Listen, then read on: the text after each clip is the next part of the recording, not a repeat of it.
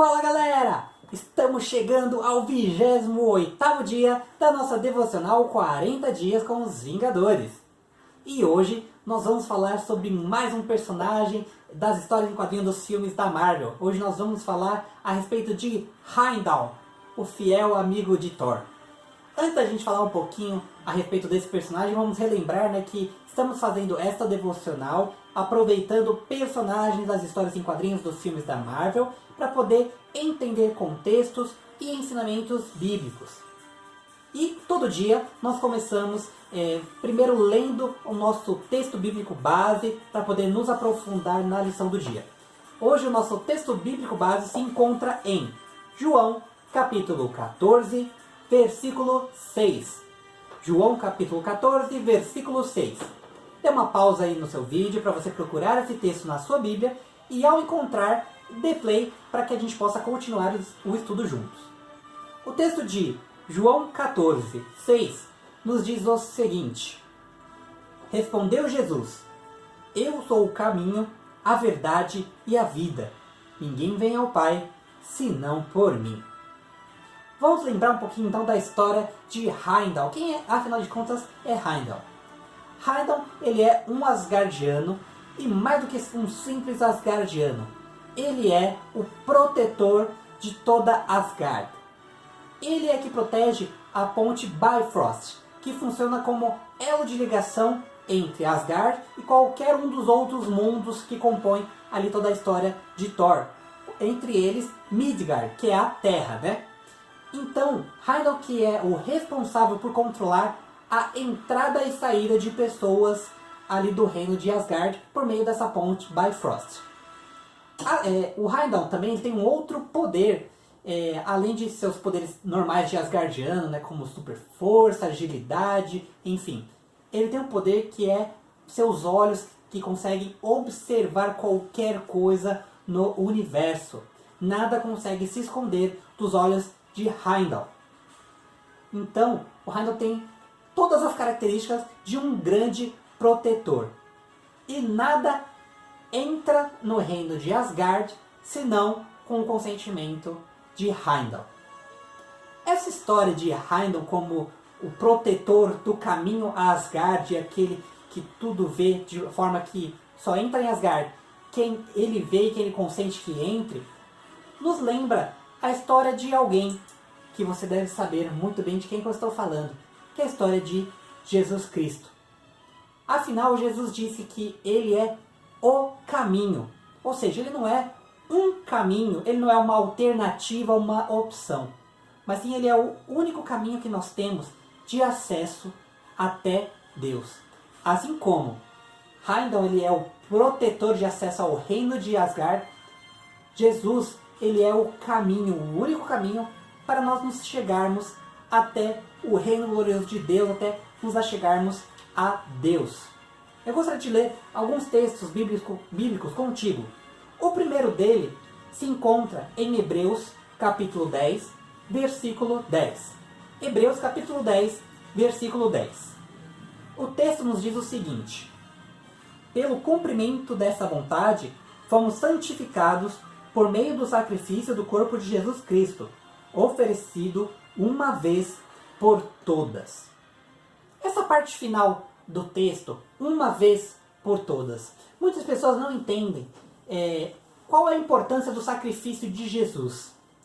Antes da vinda de Jesus, as pessoas estavam separadas de Deus por conta de seus pecados. E a única forma delas terem o pecado delas perdoado era com o sacrifício de um animal. E não era qualquer animal. Tinha que ser um cordeiro perfeito, puro, para que a morte daquele cordeiro substituísse a morte da pessoa que pecou.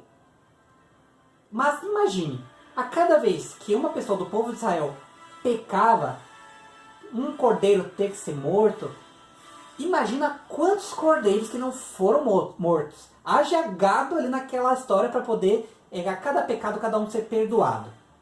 Mas, com o sacrifício de Jesus, essa história de matar animais para termos nossos pecados perdoados terminou. Porque o sacrifício que Jesus fez na cruz por nós, ele valeu por todos os pecados já cometidos e por aqueles ainda que porventura venhamos a cometer.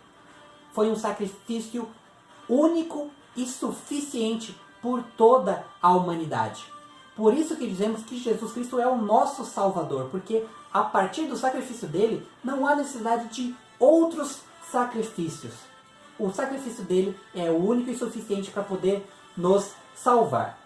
Eu gostaria também de te convidar a ler outro texto que se encontra em Efésios 2:8. Efésios 2:8. O texto nos diz o seguinte: pois vocês são salvos pela graça, por meio da fé. E isto não vem de vocês, é dom de Deus.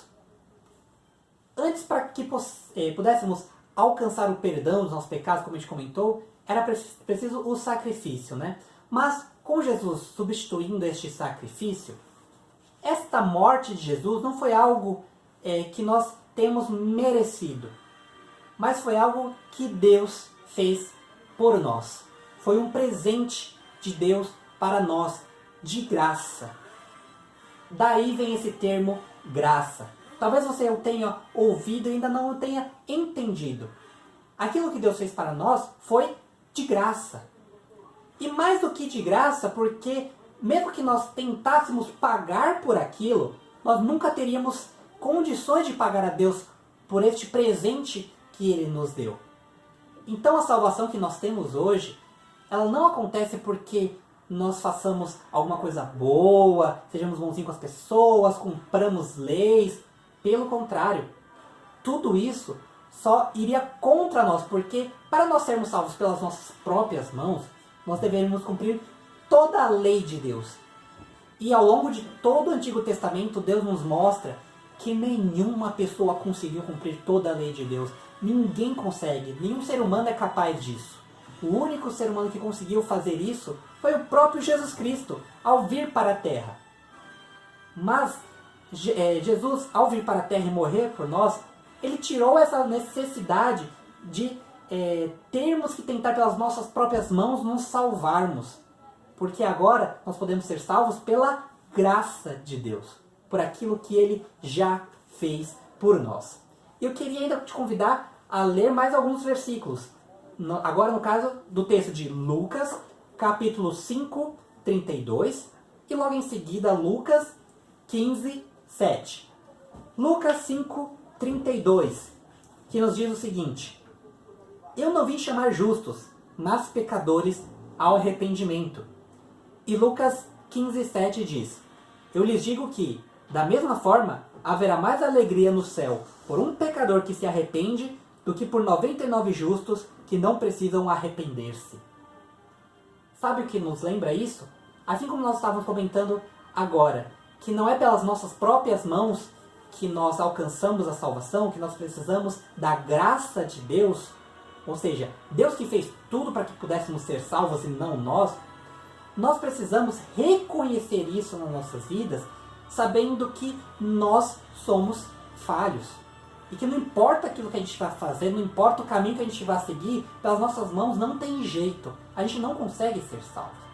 Não adianta você doar alimentos, fazer aquilo que é bom, ajudar o próximo. Isso é uma coisa que você faz porque você entende a salvação que Deus te deu. Mas não porque com isso você vai barganhar com Deus para ser salvo. Uma vez que você entende isso, você entende que, querendo ou não, o pecado acaba sempre andando contigo. E que por isso você precisa se arrepender deste caminho de pecado, pedindo que Deus lhe dê essa graça da salvação. Afinal, Deus só pode dar a graça da salvação para pecadores. Se você é bom demais, a ponto de que você consegue a salvação por si mesmo, então você não precisa da graça de Deus. Só que a gente sabe que nenhum ser humano consegue fazer isso. Então somente aquele ser humano que entende que ele é pecador, ele pode receber a graça de Deus na vida dele, para que assim ele possa receber a vida eterna com Jesus Cristo. E não só com Jesus Cristo, mas por intermédio de Jesus Cristo. Arrependimento é o passo importante para que você possa conquistar a vida eterna e andar em uma vida com Cristo de verdade. Não pensando que aquilo que você faz que vai conquistar isso. E eu quero ler mais um último texto com você, que se encontra em Hebreus 13:8. Hebreus 13:8 diz o seguinte: Jesus Cristo é o mesmo ontem, hoje e para sempre.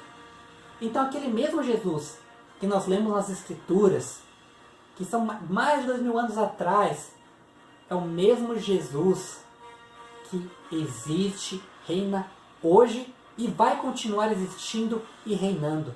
É um Jesus em que você pode confiar, é um Jesus que aquele sacrifício que ele fez continua valendo hoje e vai continuar valendo enquanto ainda existir mundo, enquanto ele ainda não voltar. E se eu fosse você, eu não esperava para Jesus voltar para tentar tomar uma decisão, porque quando Jesus voltar já não vai haver mais tempo para você fazer isso.